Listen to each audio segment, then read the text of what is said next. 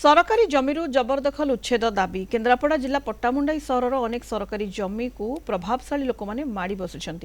जबरदखल जमी रे कोठा निर्माण कर सहर जल निष्कासन व्यवस्था ठप कर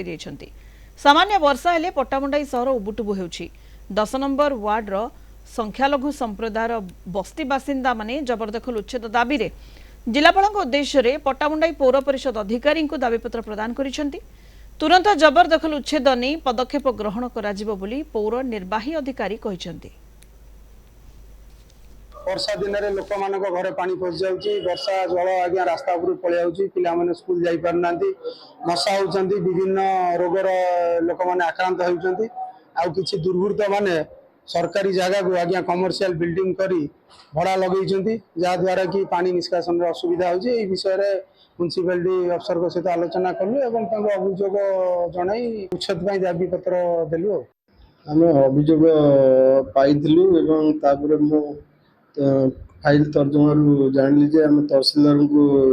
देइलु डिमार्केशन करने से डिमार्केशन करम आउ थे तहसीलदार को आम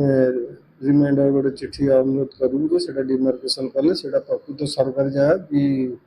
प्राइवेट जगह से चिन्हट है कार्यानुष्ठान ग्रहण कर प्लान अप्रूवाल जहाँ दर्शाऊँ से बाबद आम पौर परिषद तरफ निर्देश दि जाए तर्जमा करने।